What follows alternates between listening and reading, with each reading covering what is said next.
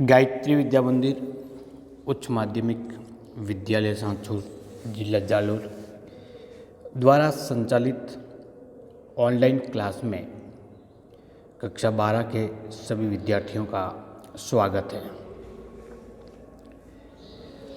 आज हम इस क्लास के माध्यम से कुछ महत्वपूर्ण प्रश्नों के बारे में डिस्कस करेंगे। अभी तक हमने बायोलॉजी के कई चैप्टर पढ़ रखे हैं जिन्हें हमने ऑनलाइन क्लास के माध्यम से डिस्कस किया था, जिसके अंतर्गत एंजियोस्पर्म में जनन की प्रक्रिया और लैंगिक जनन किस प्रकार से होता है उससे संबंधित 4 चैप्टर के माध्यम से डिस्कस किया था। प्लांट फिजियोलॉजी के अंतर्गत वाष्पोत्सर्जन एवं खनिज पोषण पढ़ा है, लेकिन अभी तक हमने अपने आप को चेक नहीं किया है, जांचा नहीं है कि हमें वो कितने टॉपिक समझ में आए हुए हैं, क्या हम उनके उस टॉपिक में से पूछे गए प्रश्नों के जवाब दे सकते हैं या हमें कितना याद है। इसका इवोल्यूशन अभी तक हमने नहीं किया है। तो आज हम इस क्लास के माध्यम से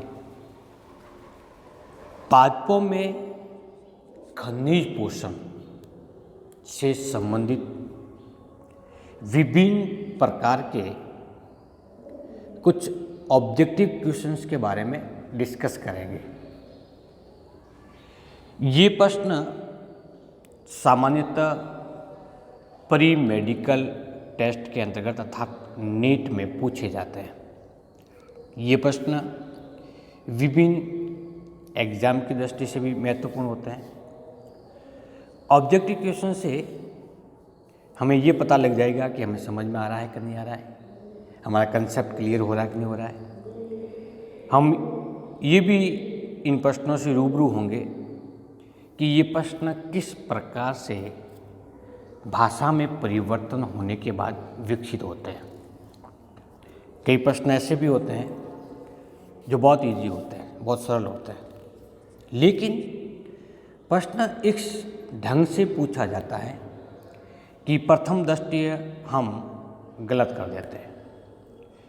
प्रश्न का आंसर हमें आ रहा है, लेकिन उस प्रश्न को नहीं समझ पाने के कारण हम उसको गलत कर लेते हैं। तो ये आज एक छोटे से टॉपिक के द्वारा कुछ प्रश्नों के माध्यम से प्रश्नों को कैसे किया जाए, इसका आंसर क्या होगा, इसके बारे में डिस्कस करते हैं। धीरे धीरे हम जटिलता की ओर बढ़ते जाते हैं। तो आइए प्रारंभ करते हैं। ऑब्जेक्टिव क्वेश्चन किससे संबंधित हैं? ये संबंधित है पादपों में खनिज पोषण से संबंधित है। आप चाहो तो आप अपनी नोटबुक में इन प्रश्नों को लिखते जाएं, साथ में जो आंसर आ रहा है उस आंसर को भी लिखते जाएं, जिससे आपके पास में अपना खुद का एक प्रश्न बैंक तैयार हो जाएगा। जब भी आप चाहो इसे आप रिवाइज कर सकते हैं, रिपीट कर सकते हैं। सबसे पहला प्रश्न है, कौन से समूह के पोषक तत्व पादप के लिए आवश्यक नहीं है? तो इसमें क्या पूछ रहा है? आवश्यक तत्वों के बारे में पूछ रहा है, आवश्यक तत्व नहीं है। तो हमने जब खनिज पोषण पढ़े थे, पोषक तत्व पढ़े थे, तो उसमें से 105 तत्वों के बारे में डिस्कस किया था, जिसमें से 60 तत्व आवश्यक 60 तत्व पादप की वृद्धि के लिए रिपोर्ट किए गए। उसमें से भी 17 तत्व ऐसे हैं जिनको आवश्यक तत्व माने गए, बाकी सभी को अनावश्यक तत्व माने गए। और उन 17 तत्वों में कौन कौन से होते हैं आवश्यक, और यदि उसमें से ऐसा एक तत्व ऐसा है जो उन 17 तत्वों में से नहीं है, तो वो अनावश्यक होता, आवश्यक नहीं होता। तो इसमें जो ऑब्जेक्ट दिए गए हैं, जो ऑप्शंस दिए गए हैं 1, 2, 3, 4, उसमें 2, 3 या 4 तत्व रखे गए हैं। इन तत्वों में से देख के देखना है कि आवश्यक कौन सा नहीं है, कौन सा ग्रुप ऐसा है जिसमें पोषक तत्व आवश्यक नहीं है। तो पहला जो देखिए अपने, पहला दिया हुआ है पोटेशियम, कैल्शियम और मैग्नीशियम। आवश्यक तत्व हैं, बिल्कुल हैं, ये गुरुमात्रिक तत्व हैं।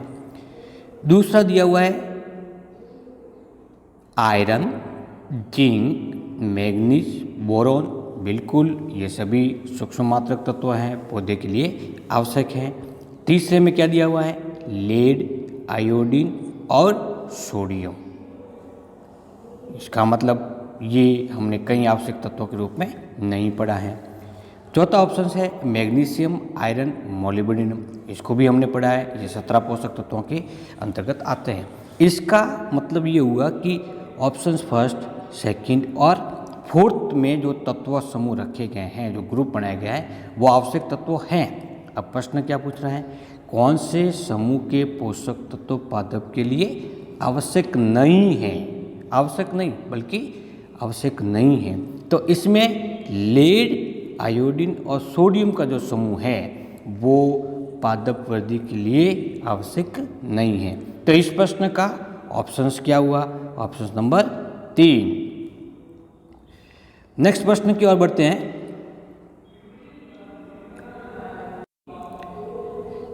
सेकंड क्वेश्चन है, हाइड्रोपोनिक्स में पादपों को उगाया जाता है। हाइड्रोपोनिक्स, इसका मतलब ये प्रश्न संवर्धन से है। हमने पादप में वृद्धि के लिए आवश्यक पोषक तत्वों का एनालिसिस की विधियाँ पढ़ी थी, विश्लेषण की विधियाँ पढ़ी थी, हम किन विधियों के द्वारा ज्ञात कर सकते थे। तो उसमें एक हाइड्रोपोनिक्स था। पहला था पादप भस्म, दूसरा था बालू संवर्धन, तीसरा हमने पढ़ा था जल संवर्धन या हाइड्रोपोनिक्स कहते हैं। तो इसमें क्या होता था, जल में पोषक तत्वों को डाल करके पोषक विलीन बनाया जाता था, फिर उसमें पादप को लगाया जाता था।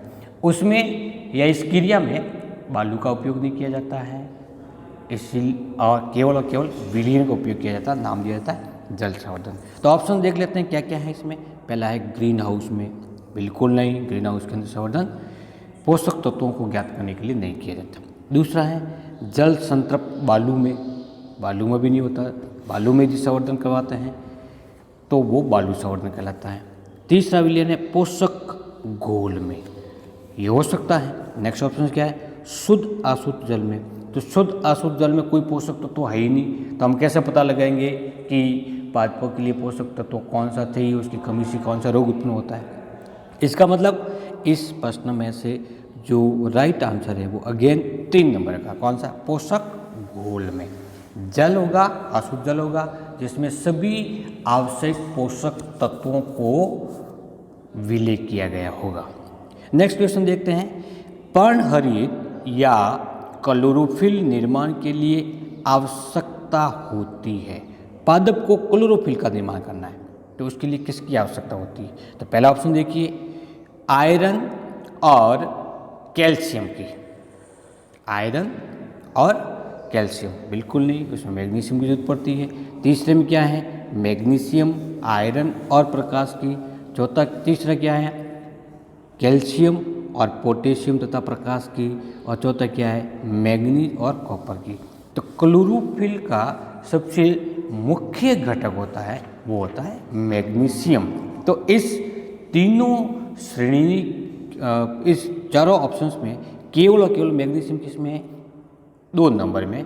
तो मैग्नीशियम भी जरूरी है, आयरन भी जरूरी है और प्रकाश की उपस्थिति होती है तो क्लोरोफिल का निर्माण होता है। हमारा ये राइट ऑप्शन है 2 नंबर का। बढ़ते हैं हम नेक्स्ट क्वेश्चन की ओर। नेक्स्ट क्वेश्चन है, शीर्षारंभी रोग अथवा जिसे हम डाईबैक रोग कहते हैं। क्या नाम देते हैं, डाईबैक रोग। डाईबैक रोग नींबू में होता है और वो किसकी कमी से होता है, इसका मतलब ये एक पोषक तत्व की कमी का परिणाम होता है। तो मोलिब्डेनम नहीं, कॉपर नहीं, बोरॉन पहला नंबर देखिए, मॉलिब्डेनम नहीं, बोरॉन नहीं, जिंक भी नहीं, तो किसकी कमी से होता है? कॉपर की कमी से। नेक्स्ट क्वेश्चन है, मॉलिब्डेनम की कमी से पादप में किस प्रकार का रोग होता है? तो वो होता है गोभी में, और गोभी का कौन सा होता है? वीप टेल। तो पहला ऑप्शन है गोभी का वीप टेल रोग। दूसरा देख लीजिए, लघुपर्ण रोग, रिक्लेमेंडेशन रोग जो कि कॉपर की कमी के कारण होता है, लीफ लिटिल लीफ जो कि जिंक की कमी होता है, ब्राउन हॉट रोग। तो इस प्रश्न का हमारा ऑप्शंस क्या है? गोभी, फूल गोभी का वीप टेल रोग जिसके पर्ण छोटी हो जाती है, वो मॉलिब्डेनम की कमी से होता है। बढ़ते हैं हम नेक्स्ट क्वेश्चन की ओर। कौन से तत्वों को महापोषक या मैक्रोन्यूट्रिएंट की श्रेणी में नहीं मानते? प्रश्न क्या है? नहीं मानते। किसकी श्रेणी में? महापोषक या मैक्रोन्यूट्रिएंट। मैक्रोन्यूट्रिएंट या महापोषक तत्वों को वृहत पोषक तत्व भी कहते हैं। तो पोषक तत्वों को दो श्रेणियों में विभक्त करते हैं। एक तो होता है सूक्ष्म मात्रिक और दूसरे होते हैं वृहत या महापोषक। महापोषक तत्वों को भी दो श्रेणियों में विभक्त करते हैं। एक तो होता है प्राथमिक प्रकार का, एक होता है द्वितीयक पोषक तत्व। तो इसमें देखिए, पहला मैग्नीशियम वृहत पोषक तत्व है, महापोषक है।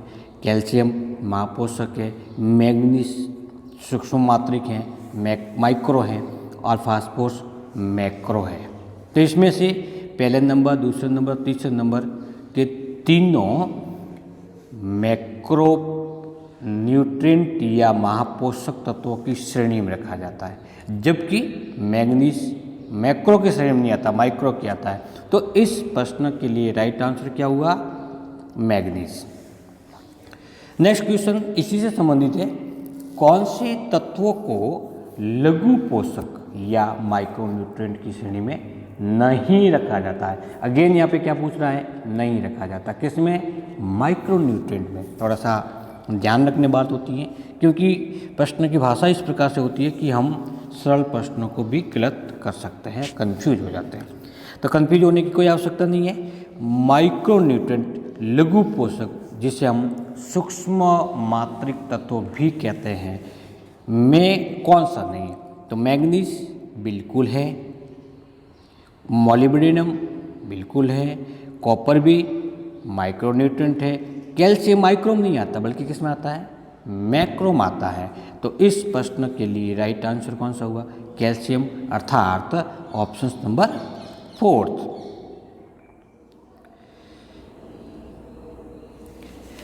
नेक्स्ट प्रश्न है, कौन सा अमीनो अम्ल है जिसके संगठन में एस यानी सल्फर पाया जाता है? जब हमने सल्फर का महत्व पढ़ा था तो कि विभिन्न प्रकार के अमीनो अम्ल, जैसे कि एग्जाम्पल भी दिया था मैंने कि एक प्रारंभिक कोडोन से कोडित होने वाला अमीनो अम्ल मिथियोनिन होता है जिसमें सल्फर पाया जाता है। तो इसमें ऑप्शन नंबर में सिस्टीन में नहीं पाया जाता, सिस्टाइन में नहीं पाया जाता, मिथियोनिन में होता है। बिल्कुल, मिथियोनिन सल्फर से निर्मित होता है जो कि एक अमीनो अम्ल है, प्रोटीन संश्लेषण को प्रारंभ करता है, प्रारंभिक कोडोन कहलाता है।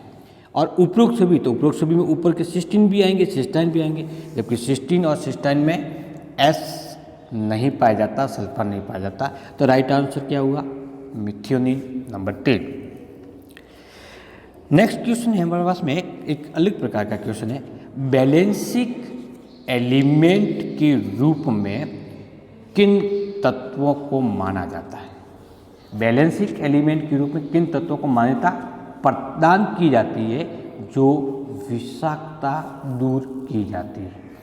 तो इस प्रश्न का आंसर है कैल्शियम और पोटेशियम। ये क्या कहलाते हैं? बैलेंसिक तत्व कहलाता है।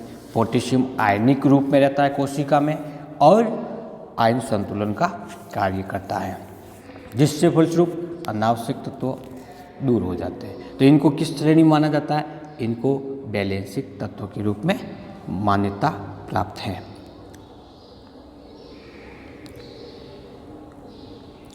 नेक्स्ट क्वेश्चन देखिए, उदार या रिक्लेमेशन रोग तथा लघुपत्र रोग, लघुपर्ण रोग, लिटिल लीफ रोग किसकी कमी के कारण होता है?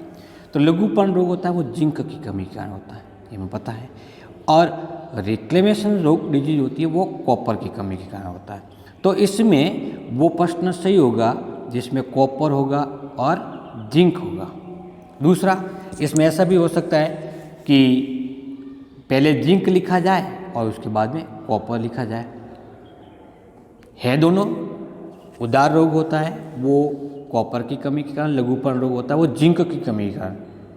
तो ऑप्शंस में पहले कॉपर होना चाहिए और बाद में जिंक होना चाहिए, तभी रिक्लेमेशन रोग कॉपर से होगा। यदि पहले जिंक हो गया तो इसका मतलब रिक्लेमेशन या उदार रोग किससे हुआ? जिंक का हो गया, वो गलत हो जाएगा।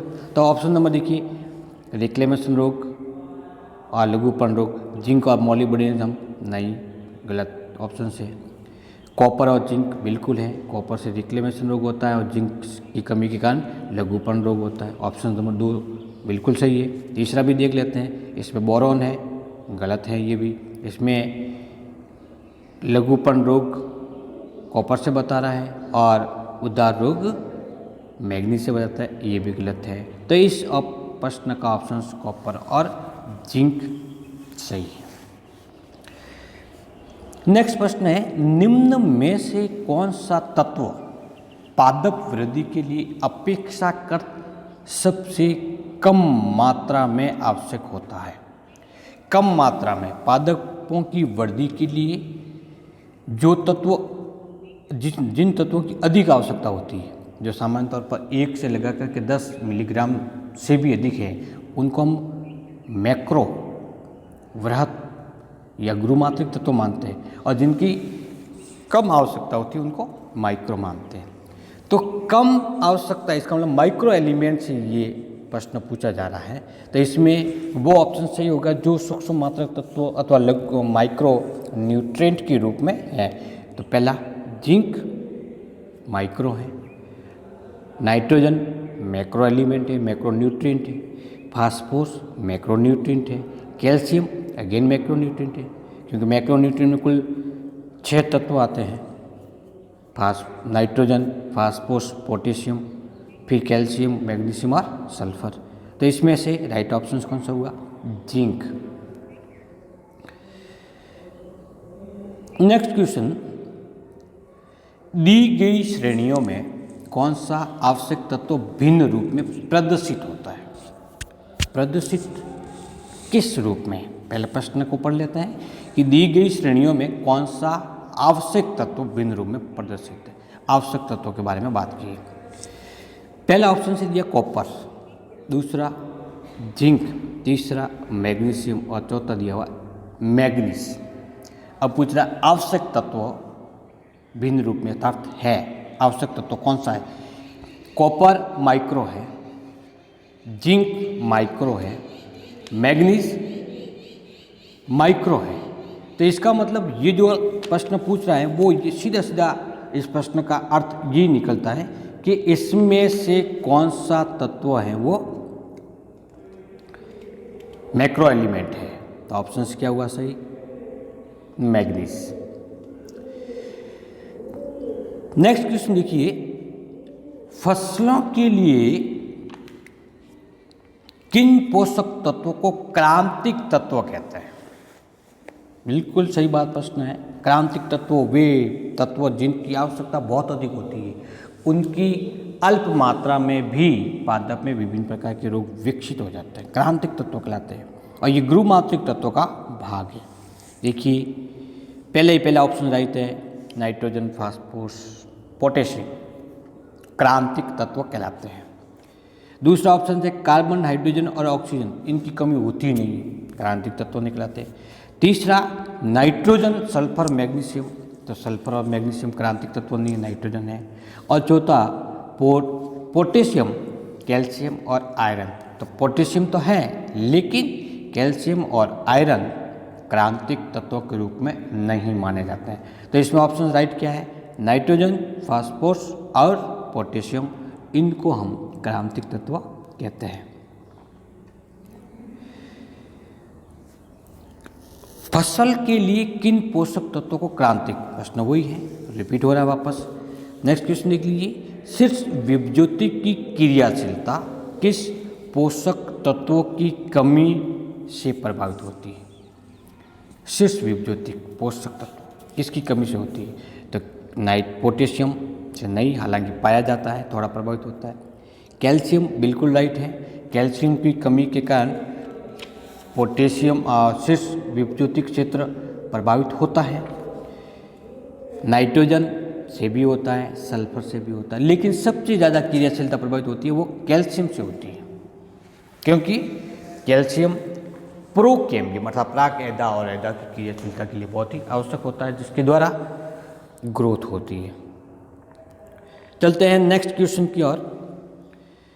अगला प्रश्न है हमारा, जड़ों से मृदा से जड़ों द्वारा अवशोषित होने वाले खनिज लवण निम्न स्वरूप में होते हैं।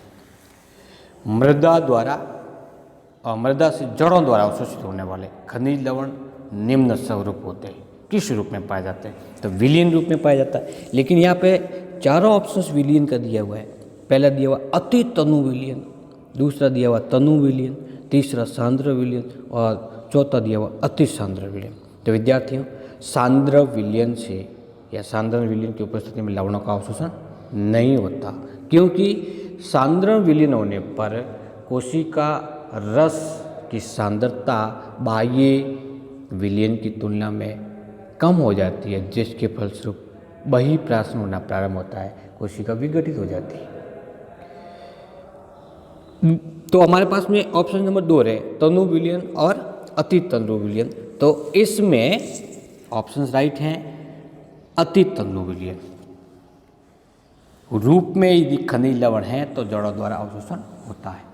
हम जब खनिज लवणों के अवशोषण के प्रभावित करने वाले कारकों को पढ़ते हैं तो उसमें ये देखा जाता है कि जब विलीन की या मृदा विलीन की सांद्रता बढ़ती है तो अवशोषण की क्रिया कम हो जाती है।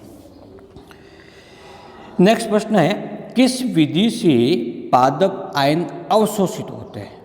विधि कौन सी? विसरण द्वारा, डीपीडी प्रवणता द्वारा। तो विसरण और डीपीडी एक दूसरे के पूरक हैं। वाहक प्रोटीन द्वारा और जल विभव द्वारा। तो सबसे अधिक आयन जो अवशोषित होते हैं वो हमने पढ़ा था वाहक प्रोटीन द्वारा। ये परिकल्पना दी थी वाहक परिकल्पना वॉन डैन हॉर्नेट के द्वारा, और यही परिकल्पना लवणों के अवशोषण के लिए सबसे अधिक मान्यता प्राप्त है। एक कोशिका में सामान्यतः मुक्त आयन होता है। मुक्त आयन को परिभाषित कर रहा है, कौन सा होता है? फास्फोरस बिल्कुल नहीं, कार्बनिक फास्फोरस के रूप में पाया जाता है। पोटेशियम बिल्कुल पाया जाता है, पोटेशियम धनायन के रूप में कोशिका द्रव्य में उपस्थित होता है। आयरन कोएक्टिवेटर के रूप में एंजाइम से जुड़ा हुआ होता है। बोरॉन भी एंजाइम से जुड़ा हुआ होता है। तो यहाँ पे मुक्त पाया जाने वाला कौन सा है? पोटेशियम, जो कि पॉजिटिव आयन के रूप में उपस्थित होता है, आयन बैलेंसिंग का कार्य करता है। नेक्स्ट क्वेश्चन है, कैरियर प्रोटीन सहायक है आयनों के सक्रिय अवशोषण में। पहली बात, आयनों के निष्क्रिय अवशोषण में, जल अवशोषण में और वाष्पन अवशोषण में। तो कैरियर प्रोटीन अर्थात वाहक प्रोटीन जो वाहक परिकल्पना के अंतर्गत पढ़ा जाता है, तो वो किसको अवशोषण में सहायक होते हैं? लवणों के। लवणों की भी कौन सी विधि? सक्रिय लवण अवशोषण विधि। तो इस प्रश्न का सही ऑप्शन होगा आयनों के सक्रिय अवशोषण में। बढ़ते हैं अगले प्रश्न की ओर। अगला प्रश्न है हमारे पास में, लवणों का सक्रिय अवशोषण निर्भर करता है। सक्रिय अवशोषण जल के सक्रिय अवशोषण पर, तो ये तो इसका एक जल का अवशोषण है ही नहीं, लवणों का अवशोषण है। वाष्पोत्सर्जन पर, तो वाष्पोत्सर्जन के द्वारा जो खिंचाव बल उत्पन्न होगा उससे निष्क्रिय लवण अवशोषण होगा, सक्रिय नहीं होगा। फोटो रेस्पिरेशन अर्थात प्रकाश श्वसन क्रिया, ये तो बिल्कुल अलग ही टॉपिक हो गया, इसका अवशोषण से कोई लेना देना नहीं है। ये फोटो रेस्पिरेशन तो कार्बनिक पदार्थ के अपघटन से संबंधित है, रेस्पिरेशन का एक प्रकार है, ये भी नहीं है। डी फॉस्फोरिलेशन अर्थात वी फास्फोरिलेशन जिसमें एटीपी विघटित होती है, उसमें से एक फॉस्फेट बाहर निकलता है, इस क्रिया को हम डी फॉस्फोरिलेशन कहते हैं। तो ये क्रिया लवण अवशोषण से संबंधित होती है। कब होगी? सक्रिय अवशोषण हम उसी को कहते हैं जब एटीपी के विघटन के द्वारा या एटीपी प्रयुक्त होती है, एटीपी के द्वारा ऊर्जा प्रयुक्त होती है। और कैसे होगी? जब कोई एटीपी विघटित होकर के एडीपी का निर्माण करेगा। और किसका निर्माण करेगा? Inorganic phosphate. तो ये एक एटीपी है जो विघटित हुआ, एडीपी बना और एक फॉस्फेट समूह बाहर निकला। इन फॉस्फेट समूह के बाहर निकलते समय जो बंध टूटता है, उससे जो ऊर्जा रिलीज होती है, वो ऊर्जा ही किसी जैविक उपापचय क्रिया में प्रयुक्त होती है। फॉस्फेट के बाहर निकलने की इस क्रिया को वी फास्फोरिलेशन अथवा डी फॉस्फोरिलेशन कहते हैं। और ये प्रक्रिया सक्रिय लवण अवशोषण में होती है। तो इसका राइट ऑप्शन कौन सा होगा? D phosphorylation. नेक्स्ट क्वेश्चन है, जब क्लोरोफिल को जलाया जाता है तो क्या प्राप्त होता है? क्लोरोफिल एक कार्बनिक अणु है। जब हम किसी पादप भाग को जलाते हैं तो क्या होगा? सबसे पहले जल बाहर निकलेगा, उसके बाद में जो भाग प्राप्त होगा उसको शुष्क भाग कहेंगे। उसमें कार्बन होगी, हाइड्रोजन होगी, विभिन्न प्रकार के अकार्बनिक तत्व पाया जाता है। क्लोरोफिल में कार्बनिक समूह के रूप में पायरोल वाले, जिसमें कार्बन, हाइड्रोजन, ऑक्सीजन और नाइट्रोजन से निर्मित होता है। और उसके साथ साथ में इसकी केंद्रीय परमाणु, जो क्लोरोफिल का शीर्ष क्षेत्र होता है, उसमें केंद्रीय परमाणु के रूप में अकार्बनिक तत्व मैग्नीशियम पाया जाता है। तो क्लोरोफिल की पूरी संरचना देखी जाए तो उसमें क्या क्या होंगे? एक तो होता है कार्बन, हाइड्रोजन, ऑक्सीजन, नाइट्रोजन और मैग्नीशियम। कितने तत्व हुए? 5 तत्व होते हैं। अब जब जलाएंगे तो क्या होगा? कार्बन कार्बन डाइऑक्साइड के रूप में बदल जाएगा, बाहर निकल जाएगा। जल वाष्पीकृत हो जाएगा। नाइट्रोजन अमोनिया के रूप में बाहर निकल जाएगी। ऑक्सीजन कार्बन के साथ में ऑक्सीडाइज हो जाएगी। तो शेष क्या रहेगा? मैग्नीशियम। तो इस प्रश्न का उत्तर क्या होगा? जब जलाया जाता है तो शेष क्या प्राप्त होता है? जो अकार्बनिक तत्व के रूप में होता है वो होता है मैग्नीशियम, क्योंकि इसके केंद्रीय भाग में मैग्नीशियम ही पाया जाता है।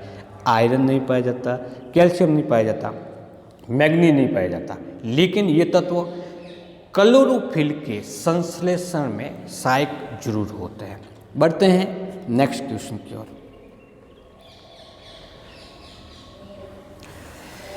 नाइट्रोजन मेटाबॉलिज्म में अनिवार्य तत्व है। नाइट्रोजन उपापचय से संबंधित तत्व जो एंजाइम प्रारूप में भी हो सकता है। तो पहला है बोरॉन, दूसरा है मोलिब्डेनम, तीसरा कॉपर, मैग्नीशियम। तो इसमें से कौन सा हो सकता है? मोलिब्डेनम हो सकता है। क्यों? क्योंकि मोलिब्डेनम नाइट्रोजिनेज और नाइट्रेट रिडक्टेज एंजाइम का मुख्य घटक होता है और उनके अभाव में नाइट्रोजन का स्थिरीकरण नहीं हो पाता। तो राइट ऑप्शन विद्यार्थियों क्या हुआ? मोलिब्डेनम। नेक्स्ट क्वेश्चन है, पौधों के शुष्क भार में मुख्य भाग किसका होता है? शुष्क भार होता क्या है? जब हम किसी पादप भाग को गर्म करते हैं 70 से 80 डिग्री सेंटीग्रेड ताप पर, तो उसमें से जितना जल होता है वाष्पीकृत हो जाता है। जो शेष भाग प्राप्त होता है वो इसका शुष्क भार कहलाता है। और जब शुष्क भाग को जलाएंगे तो कार्बन, हाइड्रोजन, ऑक्सीजन, नाइट्रोजन बाहर निकल जाती है और अकार्बनिक तत्व रहते हैं। लेकिन क्योंकि यहाँ पर शुष्क भार के बारे में पूछा है तो उसमें कार्बन, हाइड्रोजन, ऑक्सीजन भी होगी और अकार्बनिक तत्व भी होगा। देखते हैं ऑप्शंस क्या दिया हुआ है इसमें। नाइट्रोजन, फास्फोरस और पोटेशियम सब के सब अकार्बनिक तत्व है। दूसरा ऑप्शन है कैल्शियम, मैग्नीशियम, गंधक अकार्बनिक तत्व है। तीसरा है कार्बन, नाइट्रोजन, हाइड्रोजन कार्बनिक तत्व है। कार्बन, हाइड्रोजन और ऑक्सीजन। नाइट्रोजन 3 नंबर में अकार्बनिक तत्व के रूप में है। शुष्क भार में मुख्य भाग होता है वो किसका होता है? कार्बन, हाइड्रोजन और ऑक्सीजन का। अकार्बनिक तत्व तो बहुत कम मात्रा में उपस्थित होते हैं। तो इस प्रश्न के अनुसार इसका राइट ऑप्शन कौन सा हुआ? कार्बन, हाइड्रोजन और ऑक्सीजन युक्त, अर्थात ऑप्शन नंबर 4। ये प्रश्न 2003 के AIPMT प्रश्न पेपर के अंतर्गत पूछा गया था। तो इंडिकेट भी किया हुआ है कि क्या ये प्रश्न कभी इससे पहले किसी कंपटीशन एग्जाम्स के अंदर पूछा गया था अथवा नहीं। तो विद्यार्थियों, इसी के साथ हम इस ऑब्जेक्टिव क्वेश्चन की सीरीज़ को आज यहीं समाप्त करते हैं। यदि आपको ये इस प्रकार के प्रश्न हल करना अच्छे लगते हैं तो आप ज़रूर रिप्लाई करें, ताकि हम नेक्स्ट और इसी प्रकार के अन्य पार्टों के ऑब्जेक्टिव क्वेश्चन को सरल करेंगे, रिपीट करेंगे, जिससे हमारा रिवीजन भी हो जाए, कंसेप्ट भी क्लियर हो जाए, प्रश्न को भी समझ सकते हैं कि प्रश्न की भाषा किस प्रकार से आती है। थैंक यू, नमस्कार।